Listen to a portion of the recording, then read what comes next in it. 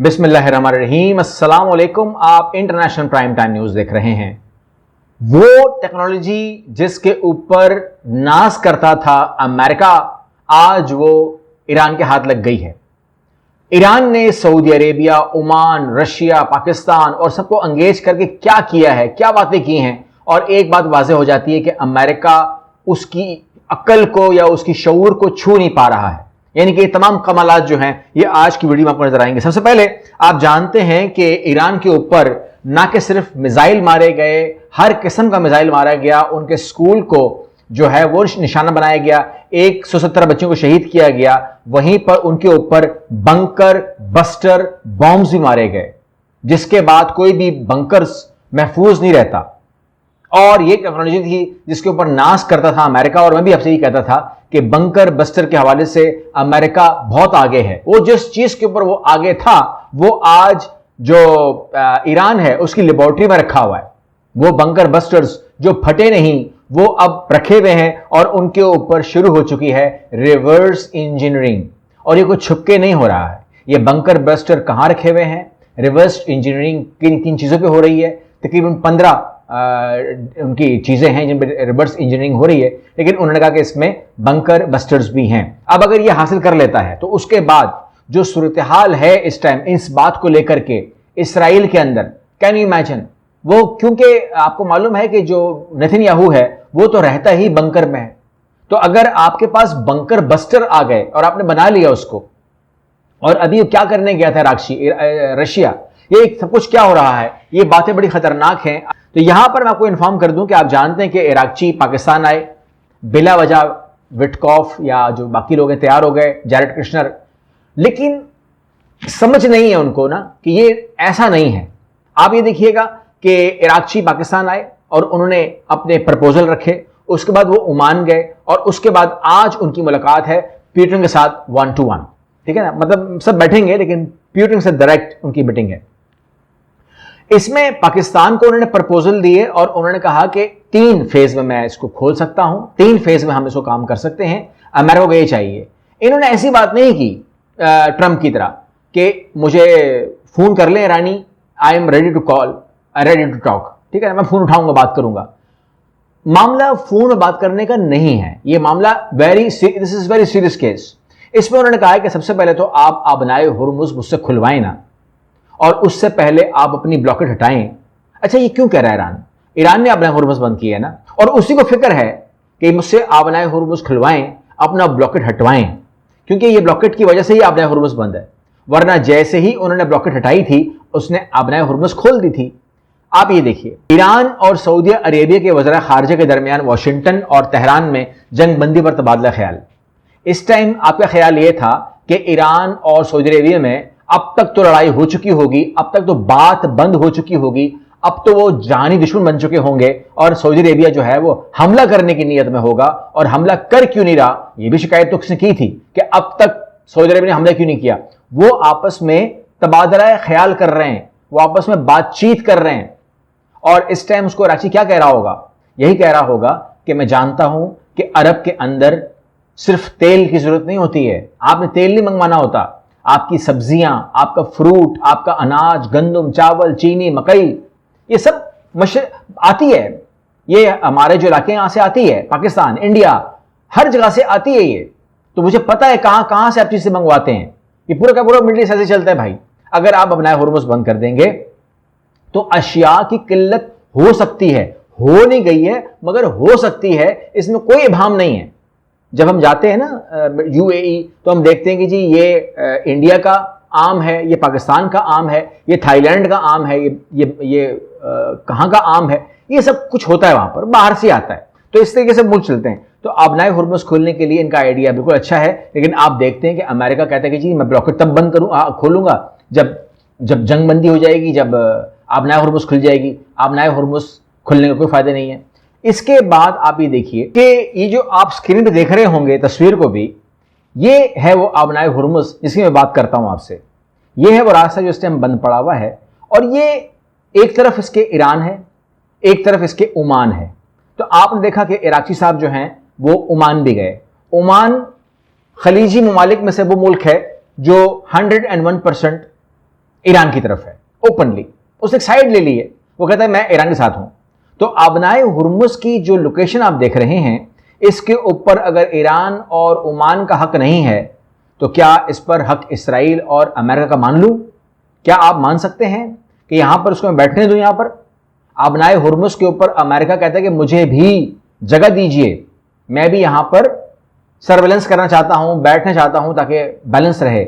मुमकिन नहीं है कि यहां पर आपको आने दिया जाए। आपको पहले मरहले में ओमान और ईरान की ये बात समझनी और माननी पड़ेगी कि यहां पर उन्हीं की ही चलने वाली है। उसके बाद आपने जो उनके एसेट्स फ्रीज किए हुए हैं वो खोलने पड़ेंगे। उसके बाद आपने उनसे बात करनी है कि आपका जो इनरिच यूरेनियम है उसको आपने क्या करना है।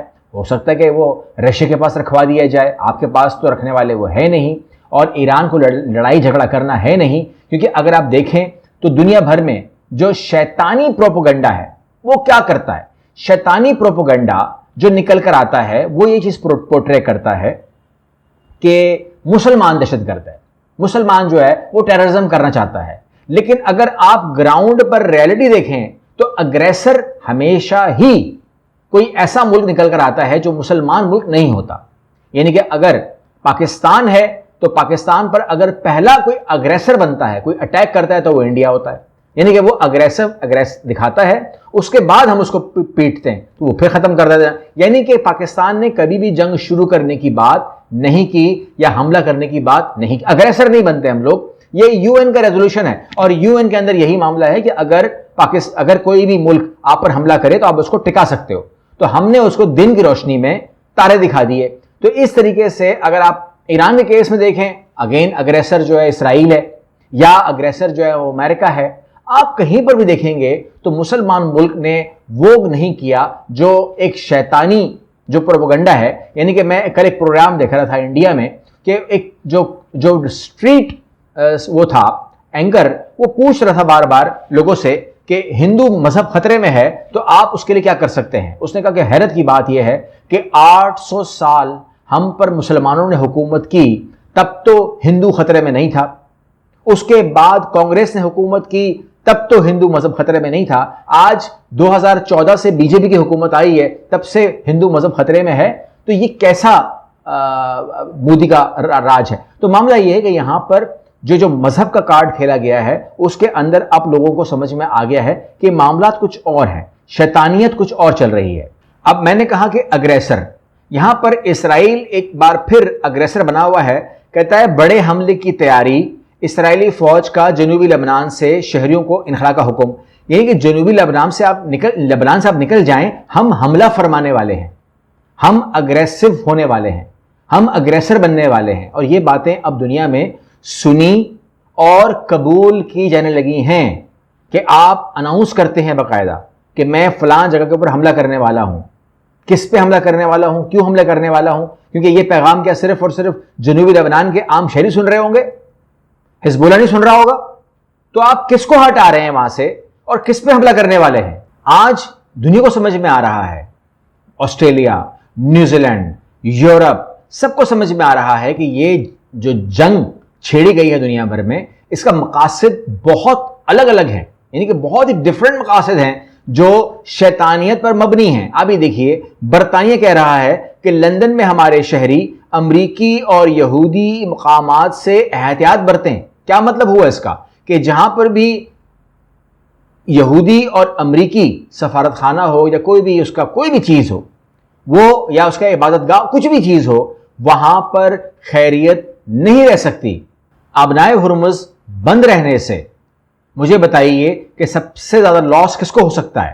पाकिस्तान ने तो लॉस पता नहीं क्यों पकड़ा हुआ है। पाकिस्तान के पास ये इख्तियार है आज कि अगर वो चाहे तो जो आजादी दे दी है अमेरिका ने, जो परमिशन दी है, क्योंकि उनके परमिशन के बगैर हम भी कुछ नहीं करते, क्या आप ऑयल ले सकते हैं तो हमको इंतहाई कम कीमत के ऊपर ईरान से ऑयल मिल सकता है। ऑयल तो क्या, वो आपके मुल्क में पाइप डाल देगा, आपने सिर्फ उसके ऊपर मीटर लगाना है, जितना मर्जी ऑयल आपको चाहिए मिल जाएगा, कोई पाबंदी नहीं है, लोगों में कोई परेशानी नहीं आएगी। लेकिन मकासद हासिल नहीं होते उससे।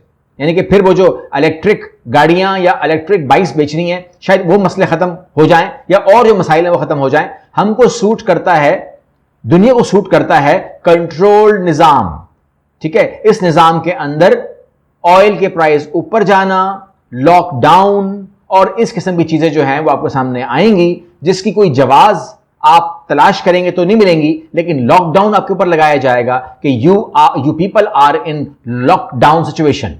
अब ऐसे मौके पर एक सीरियस डिबेट की जरूरत है और दुनिया में जितने भी ममालिक हैं उनको एक स्टेप लेना पड़ेगा आगे, ठीक है ना। अब फॉलो आप ज़्यादा नहीं कर सकते। यहाँ पर आप देखिएगा कि जब पाकिस्तान या और ममालिक अपने की कोशिश कर रहे हैं कि ये मामला सुधरें, वहाँ पर डोनाल्ड ट्रंप जो है वो कहते हैं कि अब आपके पास सिर्फ 3 दिन हैं।